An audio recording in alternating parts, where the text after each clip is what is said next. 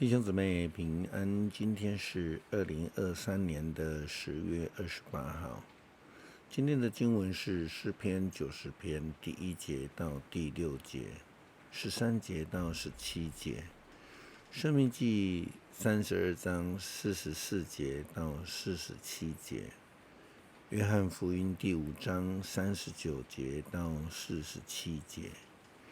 今天要跟大家分享的主题是书中生命。成语说，书中自有颜如玉，书中自有黄金屋。我们从这样来看来，就可以知道中国人的心中五子登科仍是人生最首要之选，还是最主要的追求目标。读书呢，是为了要娶美娇娘，目的是为了要赚更多的财富，就是金子啊。从基督信仰的角度来看，则完全相反。耶稣基督曾经教导，一个人不能侍奉两个主，不能拜上帝又拜马门。所以我们追求的并不是这样的价值哈。圣经看上帝的话语，我们说圣书圣经，那这样子的看法，我们就看到启示录第10章第9节到第10节的教导。圣经这样说：我走过去，请那天使把小书卷给我，他就对我说，拿去吞下，你肚子会感觉到苦，嘴里却像蜜一样的甜。我从他手上把小书卷拿过来吃了，嘴里果然甘甜像蜜一样。可是等我把它吞下去，肚子就真的感觉到苦。昨天我们谈到了上帝的话语，那我们知道上帝的话是生命受创造的来源，而记录上帝话语的书圣经所代表的也是生命，是引导我们往生命之道。当摩西带领以色列人出埃及的时候，就到了西乃山下面，他们是为了领受上帝的诫命，就是上帝的话语，为的是要让以色列人得到上帝的保守，领受上帝拯救的恩典。申命记32章45节到47节，这样记载摩西的遗言。摩西把上帝的教训向人民宣告后，就对他们说，你们必须要切实遵行我今天向你们颁布的这些诫命，也传授给你们的儿女，叫他们遵行。这些诫命不是空话，而是你们的生命。你们遵行，就能够长久住在约旦河西岸，你们将要征服的那片土地。这首被称为摩西之歌的诗，应该就是诗篇90篇，在诗篇中唯一出于摩西之手的。摩西之歌是摩西年老的时候所做的一首诗。根据申命记的记载，这是上帝交代摩西所写的了。为了要让世世代代的以色列人去了解上帝如何保守他们的祖先，赐生命给他们。诗篇90篇，主啊，世世代代你是我的居所。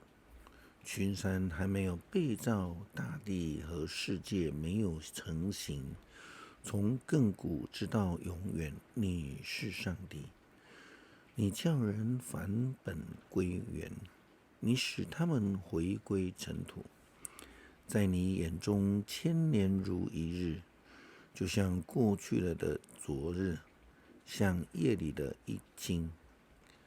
你像洪水一般把我们冲走，我们的生命短暂如梦。我们像早晨发芽生长的草，晨间生长茂盛，夜里凋萎枯干。我们被你的愤怒消灭，我们因你的烈怒惊惶。你把我们的罪孽摆在你面前，把我们隐藏的罪过显露出来。我们的岁月在你的震怒下缩短了，我们的生命像一声叹息消逝了。我们一生的年岁不过是70，健壮的可能到80，但所得的只是劳苦愁烦。生命转瞬即逝，我们都要如飞而去。谁晓得你愤怒的威力？谁明白你震怒的可畏？求你叫我们数算我们的年日，好使我们心有智慧。上主啊，你的震怒几时终止？求你怜恤你的仆人。每日清晨，求你使我们饱享你的慈爱，使我们一生充满欢欣喜乐。你使我们遭受多少年日的苦难，求你也使我们享受多少年日的喜乐。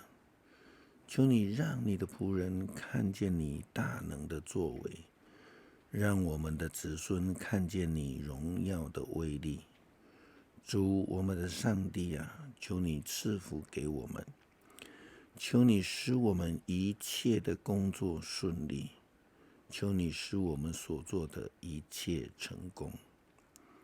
摩西将上帝的话语交代给以色列人去遵行。12节他就说到，求你叫我们数算我们的年日，好使我们有智慧。就是圣经告诉我们的，敬畏耶和华是智慧的开端。约翰福音的话语更明白地提到圣经话语的意义。耶稣基督这样说道：你们研究圣经，认为里面可以找到永恒的生命，其实圣经的话就是为我做见证的。然而你们不肯到我这里来寻求生命。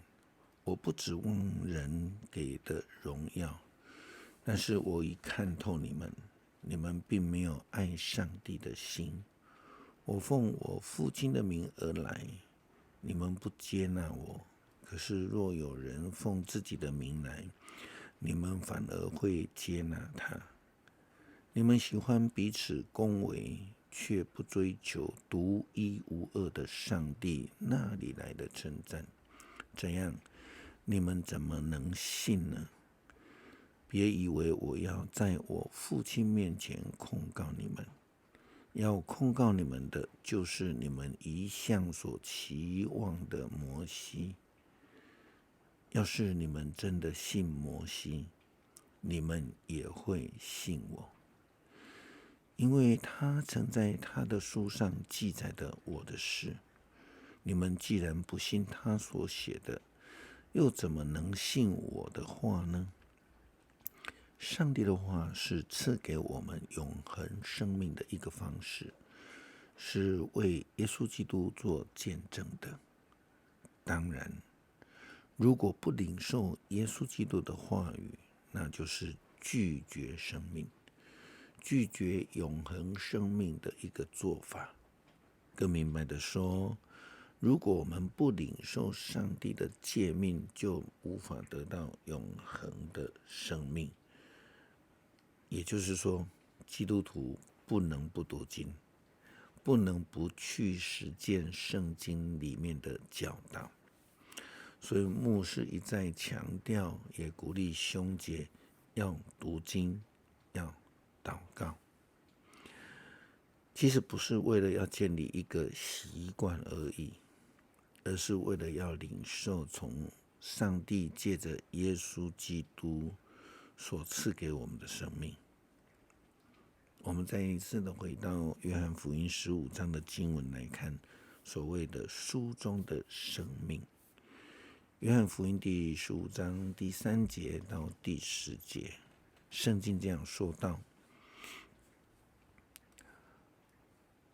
我对你们所讲的信息已经使你们洁净了，你们要常常跟我连结，我就常常跟你们连结。要是不跟我连结，你们就不能结出果实。正像枝子不跟葡萄树连结，就不能结果实一样。我是葡萄树，你们是枝子。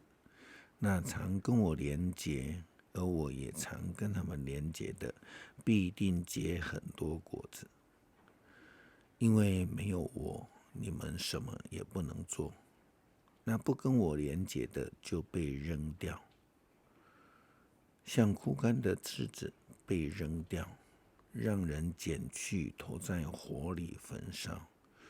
如果你们常跟我连结，而我的话也常存在你们里面，你们无论要什么，求就会得着。我父亲将因你们结很多果实而得到荣耀，而你们也因此成为我的门徒。正如父亲爱我，我爱你们。你们要常生活在我的爱中。你们若遵守我的命令，你们会常生活在我的爱中，正像我遵守我父亲的命令，而常在他的爱中一样。感谢上帝赐给我们你的话语，让我们能够透过所领受的话语诫命来领受你借着耶稣基督所赐的永生。感谢祷告，奉主耶稣基督圣名求，阿们。